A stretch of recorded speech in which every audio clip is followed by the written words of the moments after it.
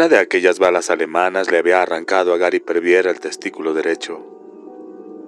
Un médico encontró buena parte del mismo desperdigado por los fondillos de sus calzones del ejército. Buena parte del otro había sobrevivido, y a veces aún podía conseguir una erección bastante respetable. Como le decía a menudo a Joe Camber, le importaba una mierda una u otra cosa. Su agradecido país le había otorgado la Cruz de Servicios Distinguidos.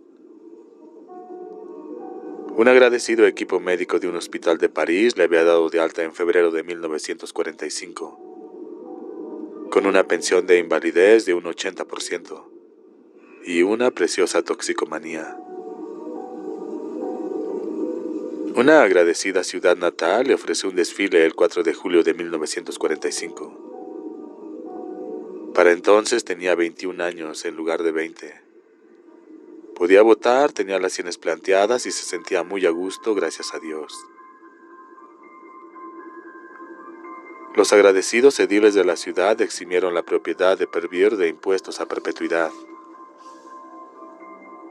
Eso había sido estupendo, ya que de otro modo la habría perdido hacía 20 años. Había sustituido la morfina que ya no podía conseguir por las borracheras de alta tensión, y entonces había dado comienzo a la obra de su vida, consistente en irse matando a sí mismo lo más lenta y agradablemente que pudiera. Ahora, en 1980, contaba 56 años. Tenía el cabello totalmente canoso y estaba de peor humor que un toro con un mango de gato metido en el trasero. Casi las únicas 3 criaturas vivientes a las que podía soportar eran Joe Camber, su hijo Brett y Cuyo, el enorme San Bernardo de Brett. Se inclinó en su desvencijada silla de jardín, estuvo a punto de caerse de espaldas y tomó un poco más de su destornillador. El destornillador estaba en un vaso que había conseguido de balde en un restaurante McDonald's. Había una especie de bicho de color púrpura en el vaso. Algo llamado una mueca. Gary comía muy a menudo en el McDonald's de Castle Rock, donde aún se podía comer una hamburguesa a buen precio. Las hamburguesas eran buenas. En cuanto a la mueca y al comandante McCheese y a Monsieur Ronald Carajo McDonald, a Gary Pervier le importaba un bledo todos ellos. Una voluminosa forma atezada se estaba moviendo por entre la alta hierba a su izquierda. Y un momento más tarde, Cuyo, que estaba efectuando uno de sus paseos, apareció en el descuidado patio frontal de Gary. Vio a Gary y emitió un ladrido de cortesía. Después se acercó meneando la cola. «Cuyo, hijo de la gran puta», dijo Gary. Posó en el suelo el vaso del destornillador y empezó a revolver metódicamente en sus bolsillos, en busca de galletas para perro. Siempre tenía unas cuantas a mano para Cuyo, que era un perro auténticamente bueno como los de antes. Encontró un par de ellas en el bolsillo de la camisa y las mostró.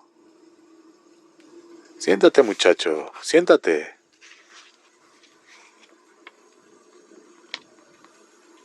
Por muy deprimido o malhumorado que se sintiera, la contemplación de aquel perro de 100 kilos de peso, sentado como un conejo, nunca dejaba de alegrarle.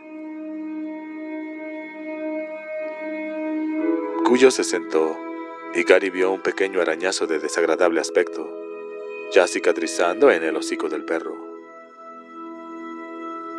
Gary le arrojó las galletas en forma de hueso, y Cuyo las atrapó sin esfuerzo en el aire. Dejó una de ellas entre sus patas delanteras y empezó a mascar la otra. «Buen perro», dijo Gary, extendiendo la mano para darle a Cuyo unas palmadas en la cabeza. «Buen...» Cuyo empezó a gruñir. desde lo hondo de su garganta. Un ruido sordo y casi pensativo. Miró a Gary y éste vio en los ojos del perro algo frío y peligroso que le hizo estremecerse. Retiró rápidamente la mano. No se podía bromear con un perro tan grande como Cuyo, a menos que quisieras pasarte el resto de la vida secándote el trasero con un garfio. ¿Pero qué te pasa, muchacho?, preguntó Gary. Jamás en el transcurso de todos los años que el perro llevaba con los Camber había oído gruñir a Cuyo. A decir verdad, no hubiera creído posible que el viejo Cuyo fuera capaz de gruñir. Cuyo meneó un poco la cola y se acercó a Gary para que lo acariciara, como si se avergonzara de su momentáneo desliz. Bueno, eso ya está mejor, dijo Gary revolviendo el pelaje del enorme perro. Había sido una semana terriblemente calurosa, y aún iba a hacer más calor, según George Meara, quien se lo había oído decir a tía Evie Chalmers. Suponía que debía de ser por eso. Los perros notaban el calor más que las personas, y él imaginaba que ninguna norma impedía que un chucho se mostrara irritable de vez en cuando. Pero desde luego, había resultado gracioso oír gruñir a Cuyo de aquella manera. Si Joe Camber se lo hubiera dicho, Gary no se lo hubiera creído. «Ve por la otra galleta», dijo Gary señalándola. Cuyo se volvió, se acercó a la galleta, la recogió, se la metió en la boca, mientras un largo hilo de saliva le colgaba de la misma, y después la dejó caer. Miró a Gary con expresión de disculpa. «¿Rechazas la manduca?», dijo Gary con tono de incredulidad. «¿Tú?». Cuyo volvió a recoger la galleta y se la comió. «Eso está mejor», dijo Gary. «Un poco de calor no te va a matar. Tampoco me va a matar a mí, aunque me esté poniendo las hemorroides a parir. Bueno, me importa una mierda que se me hinchen como unas malditas pelotas de golf. ¿Lo sabes?». Aplastó un mosquito. Cuyo se tendió junto a la silla de Gary mientras ese tomaba de nuevo su destornillador. Ya casi era hora de entrar a refrescarse, como decían los cursis del club de campo. «Me voy a refrescar el trasero», dijo Gary. Hizo un gesto en dirección al tejado de su casa mientras una pegajosa mezcla de jugo de naranja y vodka le bajaba por el huesudo brazo tostado por el sol. «Mira esta chimenea, Cujillo. Se está cayendo la condenada. ¿Y sabes una cosa? Me importa un bledo. Aunque todo se viniera abajo, soltaría un pedo y san se acabó. ¿Lo sabes tú?». Cuyo meneó un poco la cola. No sabía lo que estaba diciendo este hombre, pero los ritmos le eran conocidos y las pautas le resultaban tranquilizadoras. Estas peroratas se producían una docena de veces a la semana, desde que... Bueno, por lo que a Cuyo respectaba, desde siempre. A Cuyo le gustaba este hombre que siempre tenía comida. Últimamente parecía que a Cuyo no le apetecía la comida. Pero si el hombre quería que comiera, comería. De ese modo se podría atender aquí, como estaba haciéndolo ahora, y escuchar el tranquilizador parloteo. En conjunto, Cuyo no se encontraba muy bien. No le había gruñido al hombre porque tuviera calor, sino simplemente porque no se encontraba bien. Por un momento, solo por un momento, había experimentado el impulso de morder al hombre.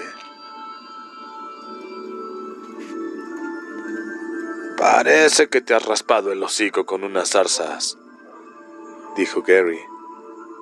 «¿Qué estabas persiguiendo? ¿Una marmota? ¿Un conejo?» Cuyo meneó un poco la cola. Los grillos cantaban en los frondosos arbustos.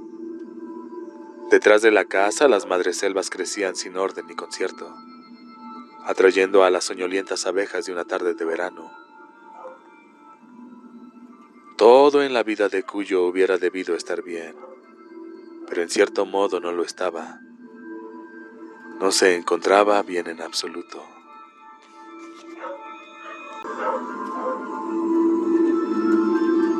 «Ni siquiera me importa un bledo que se le caigan todos los dientes a este palurdo de Georgia, o que se le caigan a Ray Gunn», dijo Gary, levantándose con gestos inestables.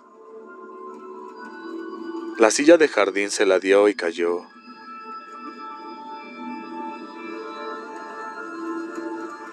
Si hubiera usted supuesto que a Gary Pervier le importaba una mierda, hubiera acertado.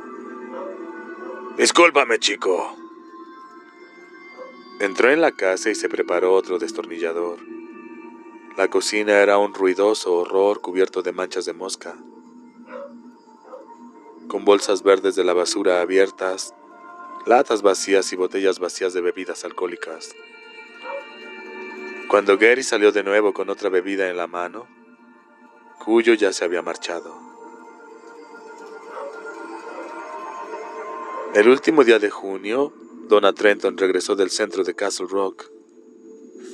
Los habitantes de la ciudad lo llamaban la calle del centro, pero por lo menos ella no había adquirido este particular modismo de Maine, donde había dejado a Tad en su campamento diurno y había comprado algunos comestibles en el supermercado Agway.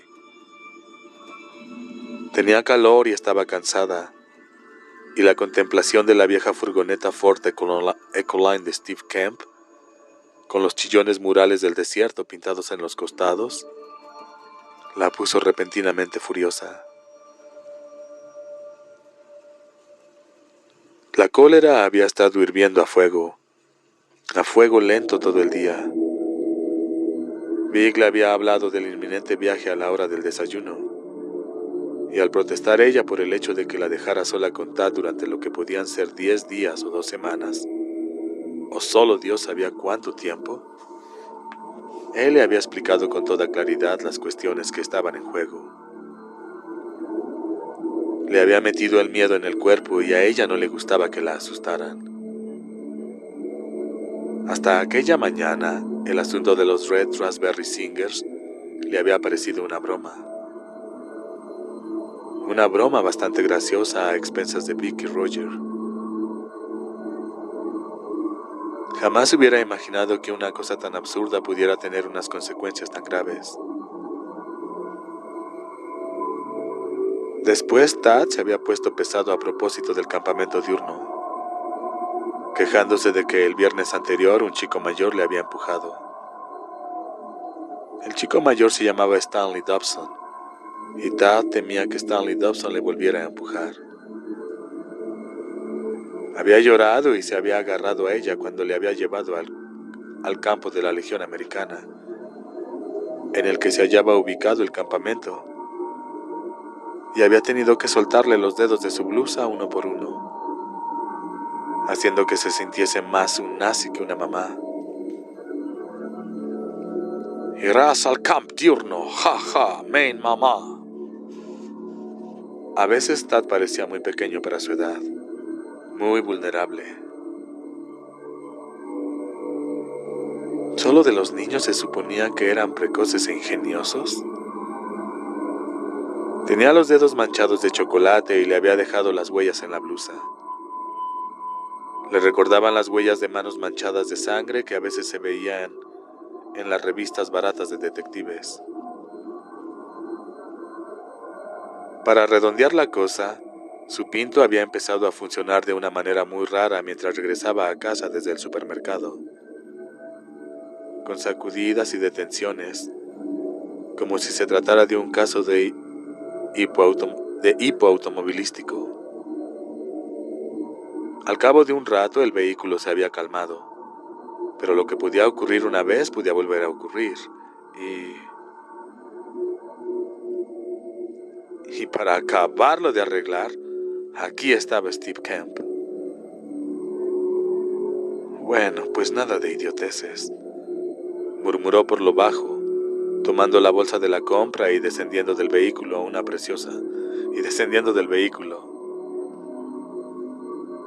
Una preciosa morena de 29 años, alta y de ojos grises. Conseguía producir la impresión de sentirse aceptablemente pulcra, a pesar del implacable calor de la blusa con las huellas de Tad y de los calzones cortos de color gris claro que le pegaban a las caderas y el trasero.